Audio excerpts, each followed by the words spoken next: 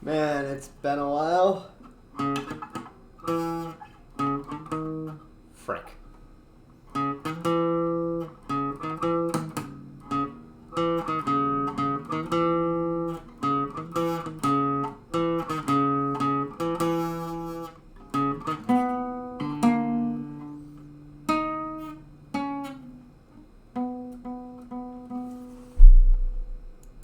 Cut me a little bit of slack. It's been a while since I've played guitar, and it's been a while since the Bruins game, because of the All-Star break and a break that is extended for the Bruins because a lot of the games that we're supposed to be playing after the All-Star break are home games, and the Hockey East Boston Beanpot tournament is going on right now. In fact, in that Beanpot tournament, we are seeing for the first time in 70 years, Harvard versus Northeastern. Also, I don't really have a horse in that race because I am a UMass Amherst fan. But in any case, I promised a few videos during the All-Star break. I have not really been holding to that.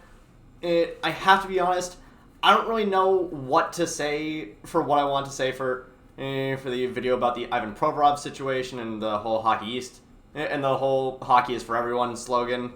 And honestly, there are way too many names for the trade deadline to talk about, and then Bo Horvat got traded, and that kind of threw a wrench into the plan. But one thing that I have been thinking about is my Boston Bruins 2022-2023 tier list All-Star Break edition. Now, what is this tier list going to entail? This isn't going to entail simply how good they've been playing on a league-wide basis, because if we were to rank them like that, pretty much everybody, with a few exceptions, would be somewhere near the bottom.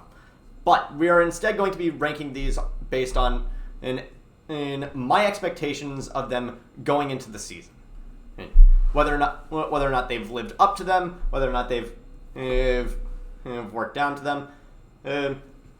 This is basically how have you performed to what I expected you to perform at the beginning of the season. I feel like I should preface this list with this. The Bruins are 39-7-5 as a team effort. There is not a single bad player on the Bruins. At least not to me. There's and I think that this team, by and large, has exceeded the expectations set upon them.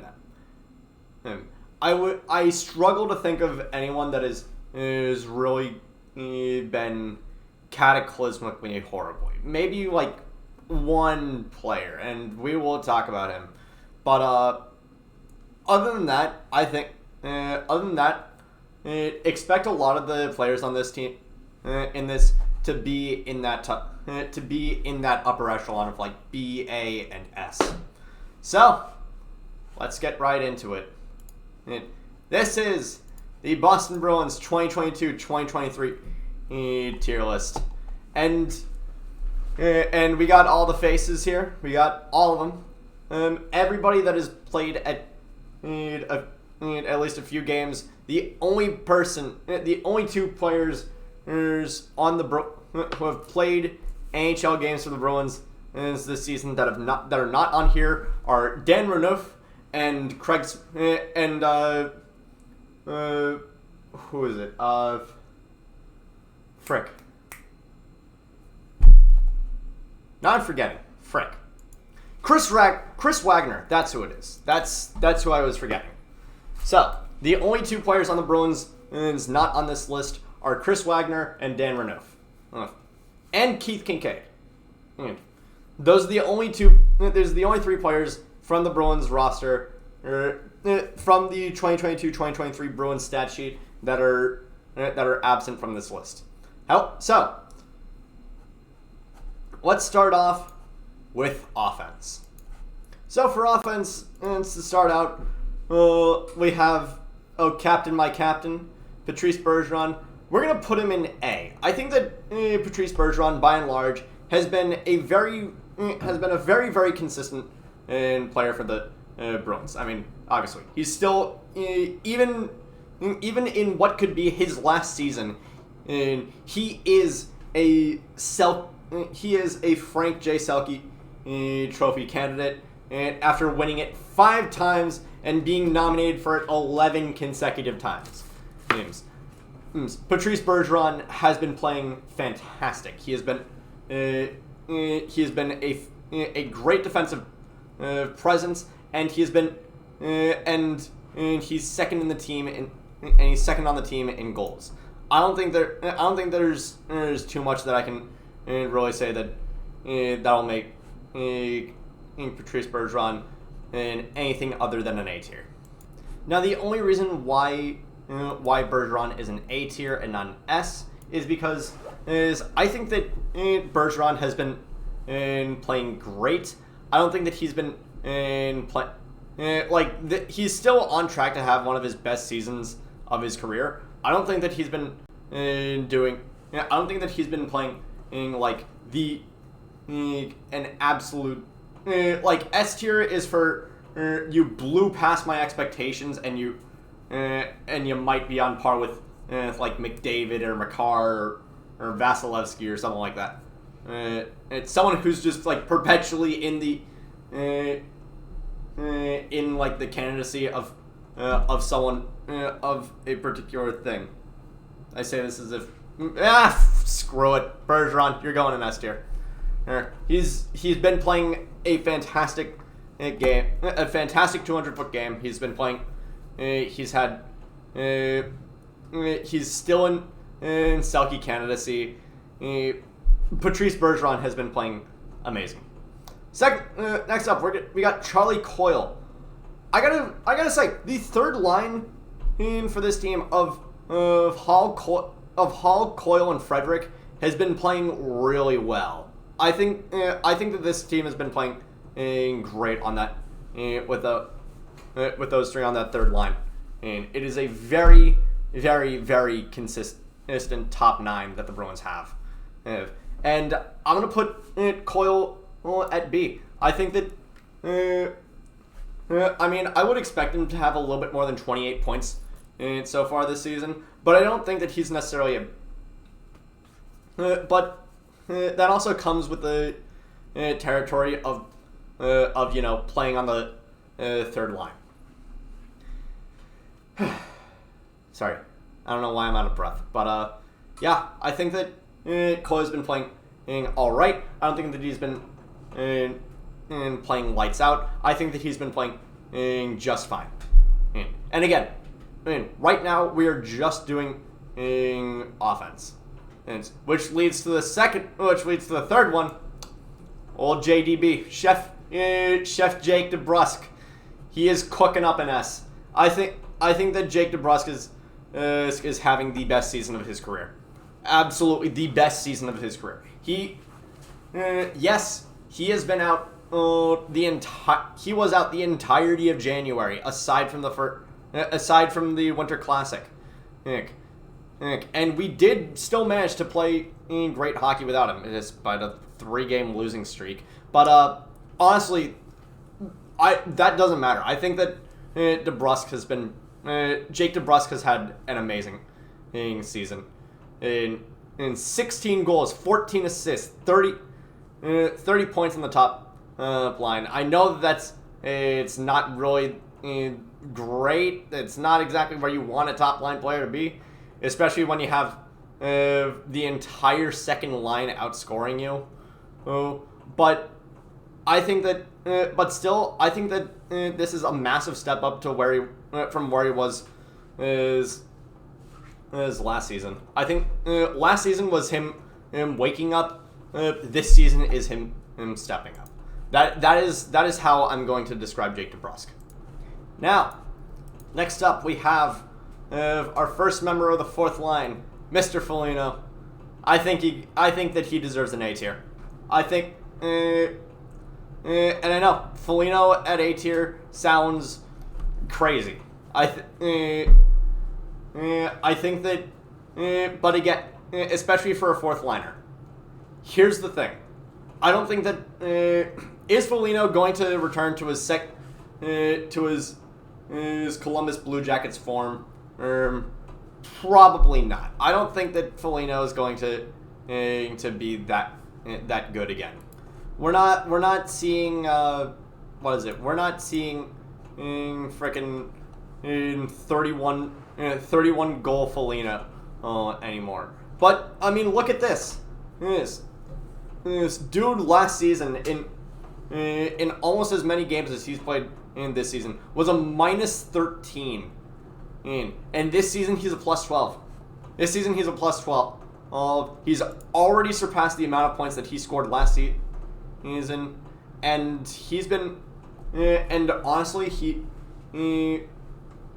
been really good at generating momentum. He starts fights that he knows are necessary to jumpstart the team, and I think that he's been playing some of the best hockey since COVID started. And, I mean, certainly better than what he was doing in Toronto. What the hell? You gave up a first for that. Anyway, next up on the third line, we got Trent Frederic. Now, Frederic has had sort of an up and down season. I love Trent Frederic. I really like Trent Frederic. I have a picture with Trent Frederic. I think that Trent Frederic is amazing. I think that he's a great. I think that he has potential to be a really good player, especially with the strides that he's taken this season. First time in his career with double-digit goals. First time in his career earlier this season that he's had a multi-goal night. I think that Frederic has been playing fantastic hockey this season at some points, but at other points he makes very, very bonehead decisions. Like the entire time that DeBrusk was out, like half the nights we were like, why are we putting Smith on that top line? Why aren't we? If you're gonna put Smith on that top line, why not try and do something crazy and put Frederic on that top line? And then after a while, we all collectively started to realize, oh, that's why we're not putting Frederic on the top line. Frederic sometimes will go through long stretches where he's invisible on the ice and he doesn't have enough. And he sometimes starts fights that aren't necessary. And by sometimes, I mean frequently. I think that Frederic, if he's going to be a fighter, he needs to know when to hold the gloves. I think that if he can learn that, he's going to be an invaluable part of this team.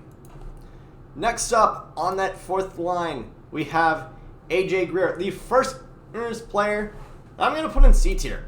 C tier is sort of like the baseline. I think that, honestly, I didn't really expect much of Greer coming in. I thought, you like won a cup on the fourth line. That's going to be a big bolster to our team.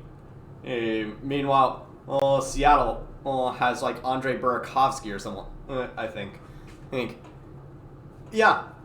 That's exactly what Greer has been. Now, Greer had an amazing night against Toronto, and there are times where he is a really good. There are times where he is a really good player. However, it feels like his floor and his ceiling for this team are about as high. Are a little, both of which are a little bit lower than Frederic. I think that Greer has a role on this team as like a fourth line grinder, and you kind of need those guys just to who'll muck up the system just to get the ball rolling or to get the puck sliding or something like that. you kind of need those fourth line grinders. But and I think that Greer has been playing to that pretty well. I don't think that he's been playing fantastic. I don't think that he's been playing awful. I think that he's been playing just fine. Now, joining him in C tier, and it pains me to say this, Taylor Hall, you're going in C tier. I think that if I could, I would probably put Taylor Hall in a C minus. Actually, no, I don't know if I'd put Taylor Hall in a C minus tier. Here's the thing.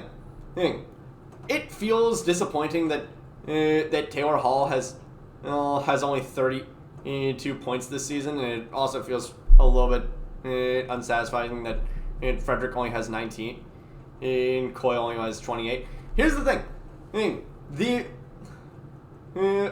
Let's go down the list.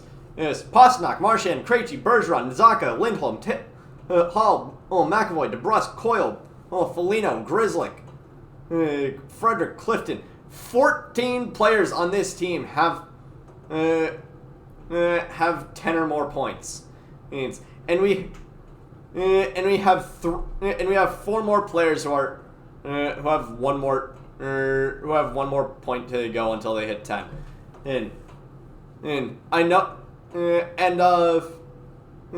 kind of need those. You kind of need, and you know what? That is what makes a championship team is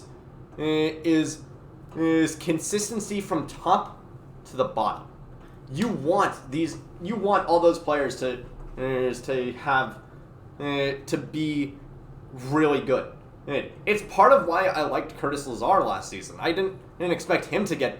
I don't think anybody expected him to get 8 goals, 8 assists, 16 points on the fourth line, but he did. And sometimes he was the one who helped the Bruins actually get their momentum going. So you need that bottom line to play to their ability.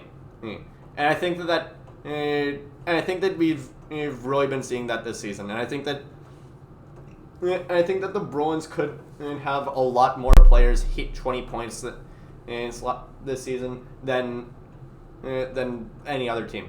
Now, with that all being said, with Taylor Hall, I think that he's been playing all right. There was that 15 game streak where he didn't have a single goal, which was kind of disconcerting.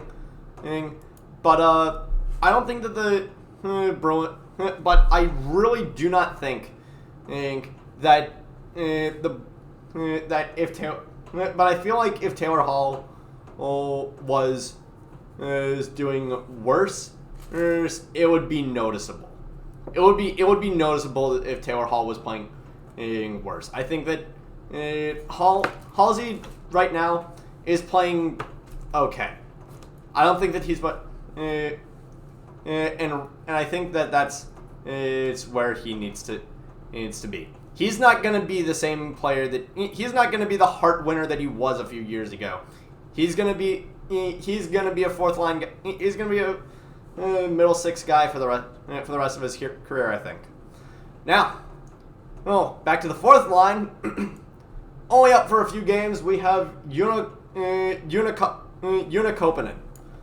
He's also gone in C. I think that honestly, given what we had seen from Koppanen in the absence of Tomas Nosek, he kind of made Nosek a little bit redundant on this team.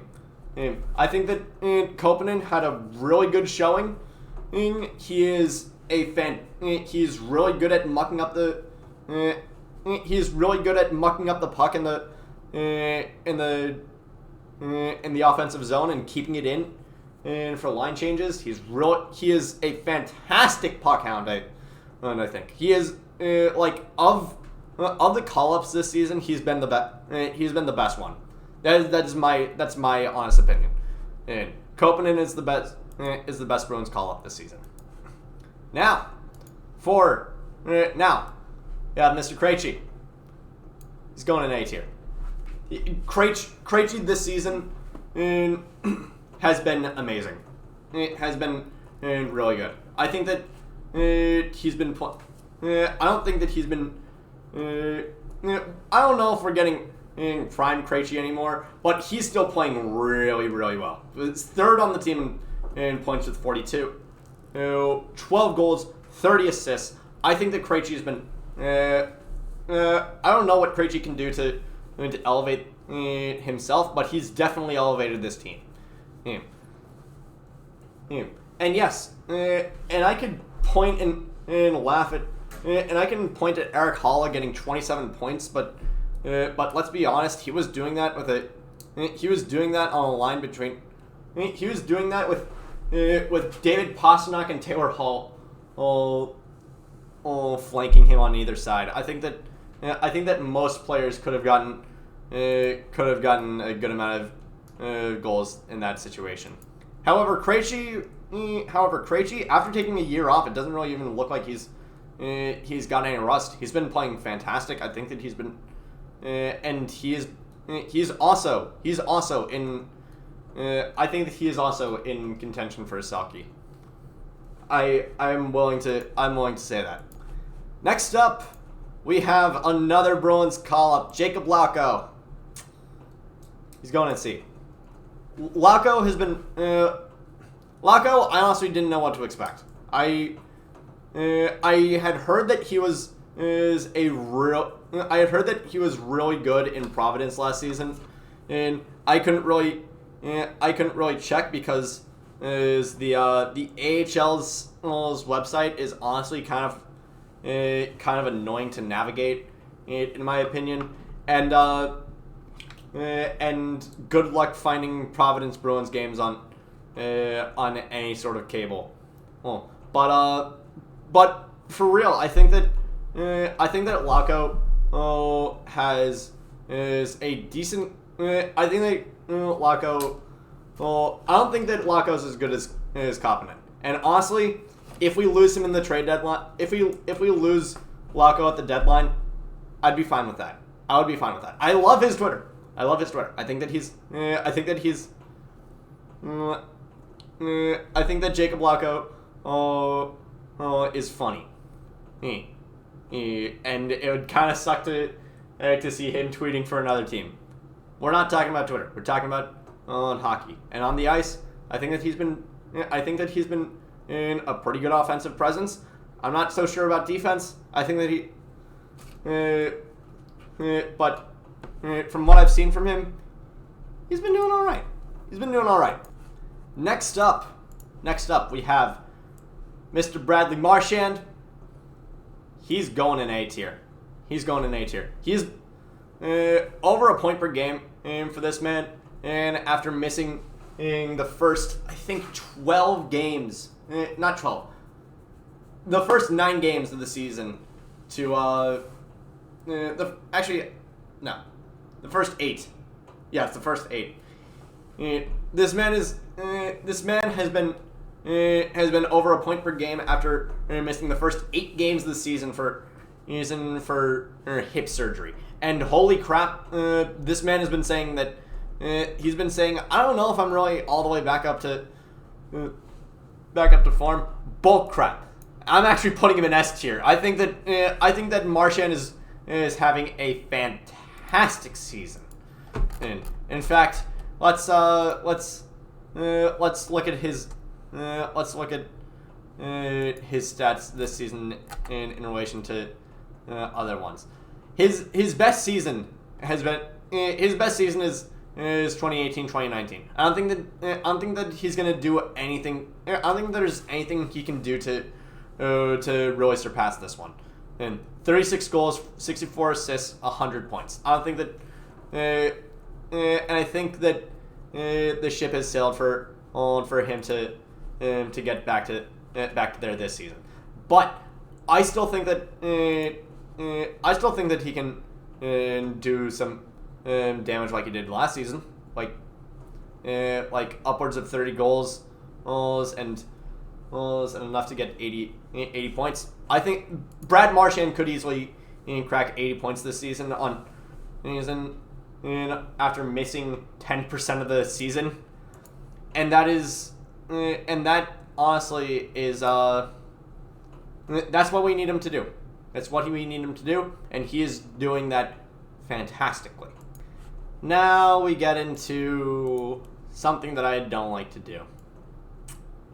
McLaughlin, you're going in D tier. Look, McLaughlin had a decent showing during the few games that he played. I think that I don't think that he's been doing awful, but considering that the expectations were for him to make the team out of camp at the start of the season, I'd say that this is kind of a disappointment.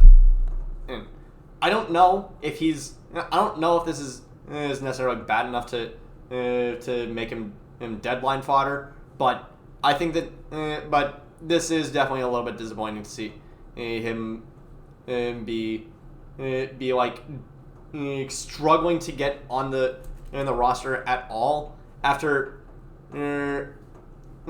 expectations that he could make the team out of camp. I'm rooting for him, but he's got a long way to go. And to continue the trend, unfortunately, Nosek, you're also going in D. I said it with Koppanen. I said it with Koppanen. I think that Nosek is excess goods on this team. I really think so. I think that he's been playing all right. He's been playing okay, but he's been having some defensive. He's been having a few defensive breakdowns and being brought in as a bottom six forward to help the PK. I think that Nosek has been not too great. But now you get to see me do the opposite of coping, seething, and molding, because we're gonna add a new row above S.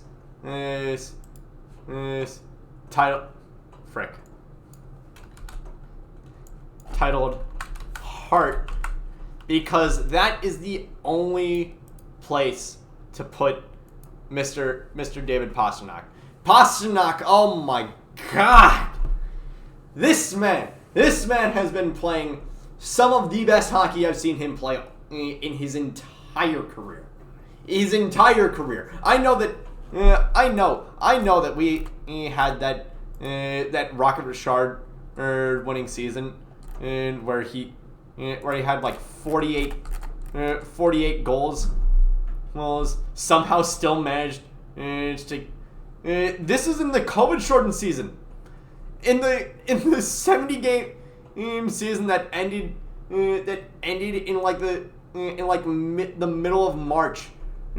This man still managed to get 95 points. And he's been over a point. He's been over a point per game his entire career, although just barely. But I think that we are seeing another echelon of.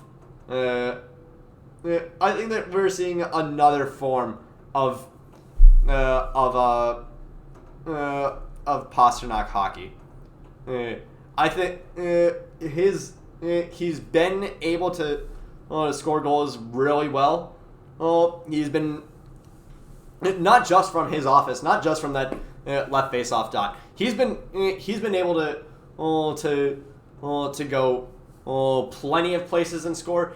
And on breakaways, oh my God, that pump fake that he does, and it freaking confiscates everybody's jockstrap. Just pump fake, go to the outside and chip it in. Oh my God, it's amazing. It is amazing. But unfortunately, all that fun that we had must now stop, because we're going to add a row below D and unfortunately title it $4.3 million money sink. Because that's really where Craig Smith belongs. I used to like Craig Smith. I thought that he was playing. I thought that he had a few really good.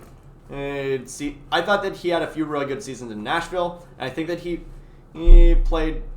And I think that while he was on for the first few seasons of him on the Bruins, he did pretty well. And to his credit, he has been getting better. I still need him to get to be better than 3 goals by now.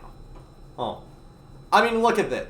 It's consistent 20-goal scorer when he in Nashville, and then when he gets to Boston in 13-16, and then he drops to 3. There is little reason in my mind for why Craig Smith still belongs on the Bruins, and it sucks because I genuinely think that he's not that bad of a player, but he's just regressed so badly, and he needs to shape up or ship out at this point. Shape up or ship out, my guy. And rounding out the offense, we have Mr. Pavel Zacha. I'm gonna put him in A tier. I'm putting him in A tier. The entire check line is at least A tier. And I know the top line is all S tier, but still, the entire check line is at least A tier. But Zacha, oh my god, could you imagine? Can you imagine being so dumb that you trade this man for freaking who is it? Erik Haula? Like, amazing job, Boston Bruins. We've managed to make Erik Haula. We managed to make Erik Haula so good that he single-handedly got us one of the a really good top 6 forward, and all it took was a season of him between David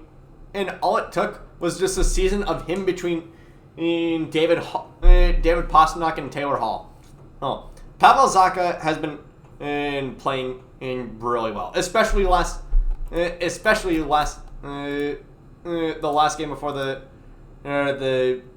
All-Star break at Toronto. I mean, 2 goal. In the past 5 games, he's had 5 points, including 3 goals, 2 assists. And just all in all, he's 5th on the team in points, which I don't think anybody expected from him. I think that we all expected him to be like a little bit middling, maybe getting this amount near the end of the season. But no, at 35 points, he's 5th on the team in point. He's 5th on the team in points, and he's been doing pretty damn well. I'd say that Zacha's been doing pretty well. So that's gonna round it out for offense. Now for defense, we're gonna start with this guy right here, Brandon Carlo. This might shock some of you. He's going in B tier. Now, Brandon Carlo has had a very, very tumultuous time on the Bruins this season. I think that he's at times he is played like a very, very good, defenseman. But here's the thing. Brandon Carlo's defense is the type of defense that doesn't make highlights. It's the kind where he is right where he needs to be, where he where he interrupts zone entries, like against the Ranger, like against this most recent game against the Rangers, he interrupted a Chris Kreider entry that could have resulted in a really bad goal. He against the Leafs, he interrupted at one point he interrupted Mitch Marner getting into the zone. Brandon Carlo does what he needs to do, but at some points he makes the most boneheaded of mistakes, like just gifting the puck to freaking who is it, to Seth Jarvis for him to walk into the walk into our zone with a win, with a goal, or freaking running into Linus Ullmark and allowing Tampa to win. I think that Carlo has had a very up and down season, one that a lot of Bruins fans have been looking at as reason to trade him. I don't know. There's reason for him to be traded. There's reason for him not to be traded. Now, next on this list, we have Connor Clifton, and I'm also going to put him in B. I think that he has kind of exceeded my expectations. I think that the third pair is not exactly the most pristine of places is on the lineup. You're not really getting the minutes that most of the great players get, but Clifton still has a viable role on this roster, and he's been able to show that this season. And I think that he's been really consistent. I think that his defensive skills have gotten a little bit better. I think that he's been playing fantastically with Forbort, and I think that honestly he's been progressing pretty well. And speaking of which, Mr. Derek Forbort, you're going in A tier. You are going in A tier. What's that thing that freaking Jack Edwards likes to talk about? Whenever Derek Forbort is in the lineup, our penalty kill is like at least a 90%, and without him in the lineup, it's down to like 75. Derek Forbort has been so instrumental to the Bruins' success on the penalty kill, and on top of that, the dude has 4 goals this season, and both of them were shorthanded, and 2 of them were shorthanded. How do you it's insane. I think Forbort has been fantastic. I was really shaky on him at the end of last season. I think that he was all right. He wasn't fantastic, but he was okay. This season, boy, he is fantastic at trapping the puck on his on the penalty kill. He plays fantastically with Clifton, and I think that I don't think that there's a reason for him to be anywhere but A tier. Now, Matt Grzelcyk, I hate to put him in C tier, but I'm putting him in C tier. I think that Grzelcyk has played all right. He hasn't played fantastically. He's been playing, all right. It's around the deadline. It is very much going to be a question of who are we trading to get Chychrun, if that's who we're going for. If Jakob Chychrun is who we are going for at the deadline, because it is going to be one of the second pair defensemen. It's going to be either Grzelcyk or it's going to be either Grzelcyk or Carlo. Oh, and I mean, there is also the possibility that we absolutely fleece the hell out of frickin' who is it? There's the chance that we fleece the hell out of the Coyotes and manage to get away with giving them Mike freaking Riley. That's another player who I forgot to put on here. It's okay. Hey, but Grzelcyk, he's been doing all right. He hasn't been playing awful. He hasn't been playing great. He's been playing about what I'd expect from him. And what I'd expect from him is about decent. Now, we're gonna do another different thing. We're gonna add a row below Hart and call it Norris, because where else is Hampus Lindholm going? The top, frickin', what is it? The top plus minus in the entire league has only had like 2 or 3 games this entire season where he hasn't been in at least even. And honestly, I think that Hampus Lindholm is our best defenseman. And the fact that we locked him up for 8 years after signing him, and considering that we also have Charlie McAvoy locked up for the next 8 years, that is going to be a deadly top pair. An absolutely deadly top pair. And Lindholm, oh my god, Lindholm on his own has been playing amazing. 6 goals, 27 assists for 33 points, and is absolutely nothing to sneeze at. And some of those goals, oh my god, do I need to mention the freaking goal he had against the Leafs last game? Or who was it that had that insane goal against the Leafs? I think it actually might have been Zacha.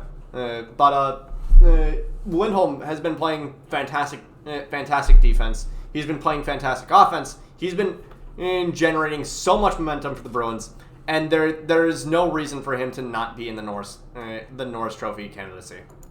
Anyway, 4 more players to go. We got Charlie McAvoy. He's gonna go in A tier. I don't think that he's been. Actually, no. You know what? Yeah, he's going in A tier. I don't think that he's been. Now, McAvoy was out the longest for the Bruins. He was. Oh, excuse me. He's been. He was out for. What's 51 minus 38? 13 games. 13 games. He was out. And the Bruins did fantastic without him. And they've been doing fantastic with him. I think that McAvoy has been... now, there have been games where he's been not amazing, but there have also been games where he's been the best defenseman on the entire ice. And when you are the best defenseman on the entire ice, that speaks a lot for how you're going to be. And I think that McAvoy has been playing really good. I don't think he's not going to be in the Norris Trophy candidacy like he was last season. He's not. That's why he's not S tier. That's why he's not in the Norris category. He's in the A tier. He's been. It was a little bit of a drop off from where he was last season, but I still expected great things, and I got great things. Rounding out the defense, we have Jakub Zboril. He's going in C tier. Actually, no. He's going in D tier. I hate to put Zboril in D tier, but he's been. But my guy, he's had. This was supposed to be his breakout year. This was supposed to be the year where he showed everybody why he's on this roster. And he's been the 7th defenseman on pretty much the entire season. And there have been games where I've said he should be playing over Grzelcyk. There have been games where I've said that he should be playing over frickin' who is it? Over Carlo. Oh, but I think honestly, if he really was that good, he would have had those opportunities by now, and he just hasn't. And it hasn't been because Montgomery doesn't want him to have those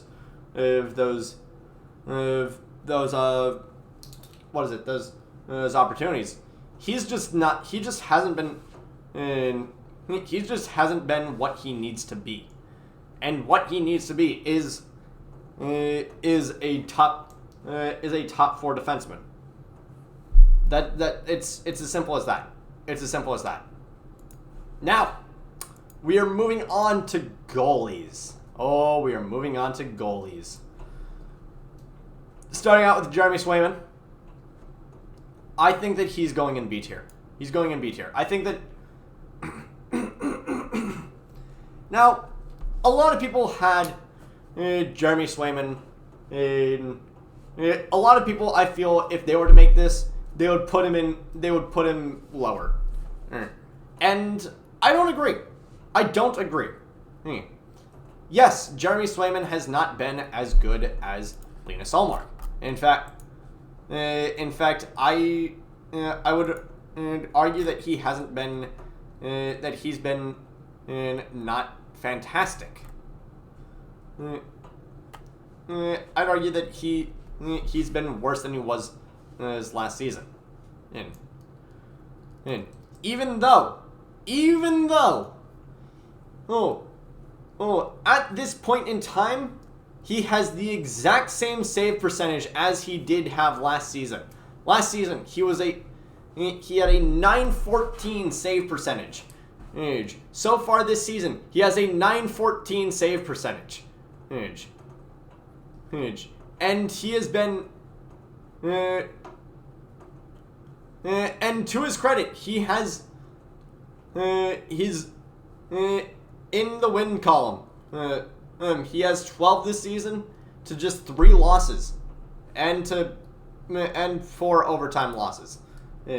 But you know what? A good chunk of those overtime losses were they were shootouts, and no one likes shootouts. Trust me, no one likes shootouts. If you like shootouts, no, you don't. I'm sorry, I don't make the rules. I just made the rules, but I'm sorry, I don't make the rules. But Swayman, I thought that he was gonna be. I thought that he was gonna be S tier this season, and honestly, I'm a little bit happy. I'm kind of happy that he's B tier. And that sounds weird, but think of it like this: if he were S tier, if he were just absolutely lights out all this season, in third period, no matter what, everybody's jangling their keys at the opponent to start up the bus. If that were the case, then I really think that there would be reason to suggest that he would want out on at some point. But because having a dynamic of having 2 potential number 1 goalies as your 2 goalies is kind of frustrating. Because then who do you play more? And does this affect the locker room chemistry? But Jeremy Swayman playing the way he's been playing at a 914, I'm happy. I am thrilled that he's playing a 914 because it means that we now have a definitive number 1 and a definitive number 2. And speaking of that definitive number 1, Adderall above Hart, because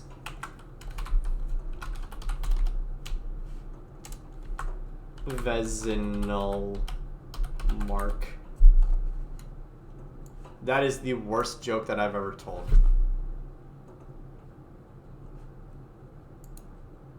You know what? No, we're just making it Vezina because that's the only place where Vezina where Linus Ullmark belongs. If Linus Ullmark does not win the Vezina trophy this season, that is not anything wrong with Linus Ullmark. That's something wrong with the NHL. In 32 games started, he has had 26 wins, 4 losses, and 1 overtime loss. He has this season become the fastest goalie in NHL history to record 25 wins in a season. Right now, he has a .937 save percentage. He has a goals against average of 1.90. And I really need to know. NHL.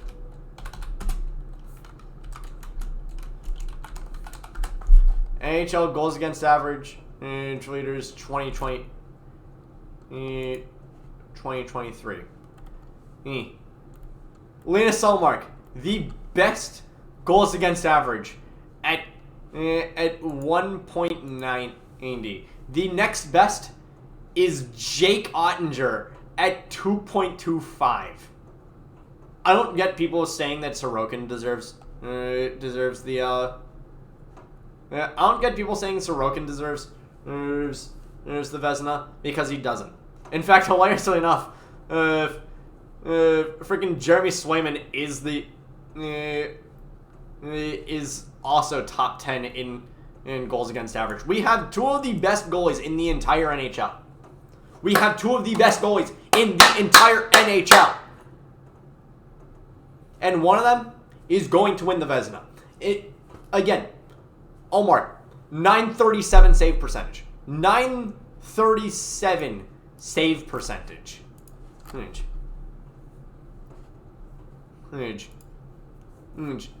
Like, you look at save percentages here. Ullmark, .937. Next highest is .926. Next highest is .926. Thanks. And we have freaking... Jeez. Again, this is... this award is Ullmark's for the taking.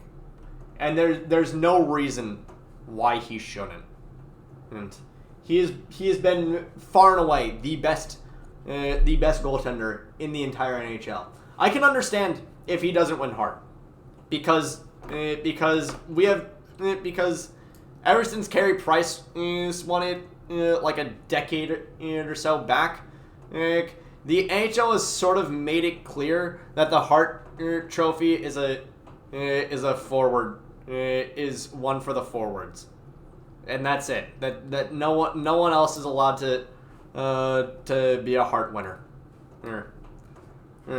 But oh my God, dude, Linus Ullmark, you are amazing, and I'm so happy that you're on the Bruins. But either way, that is my Boston Bruins in 2022-2023 All-Star break tier list. Is just going down the line. As a recap, at the bottom, a $4.3 million money sink. We have Craig Smith in D for damn it, I had expectations. We have Marc McLaughlin, Tomas Nosek, and Jakub Zboril. In C, you had come on, I know you can do a little bit better. We have AJ Greer, Taylor Hall, Joona Koppanen, Jakub Lauko, and Matt Grzelcyk. In B, for boy, I know you, boy, you're doing great. We got Charlie Coyle, Trent Frederic, Brandon Carlo, Connor Clifton, Jeremy Swayman. In A for amazing job, you have Nick Foligno, David Krejci, Pavel Zacha, Derek Forbort, and Charlie McAvoy.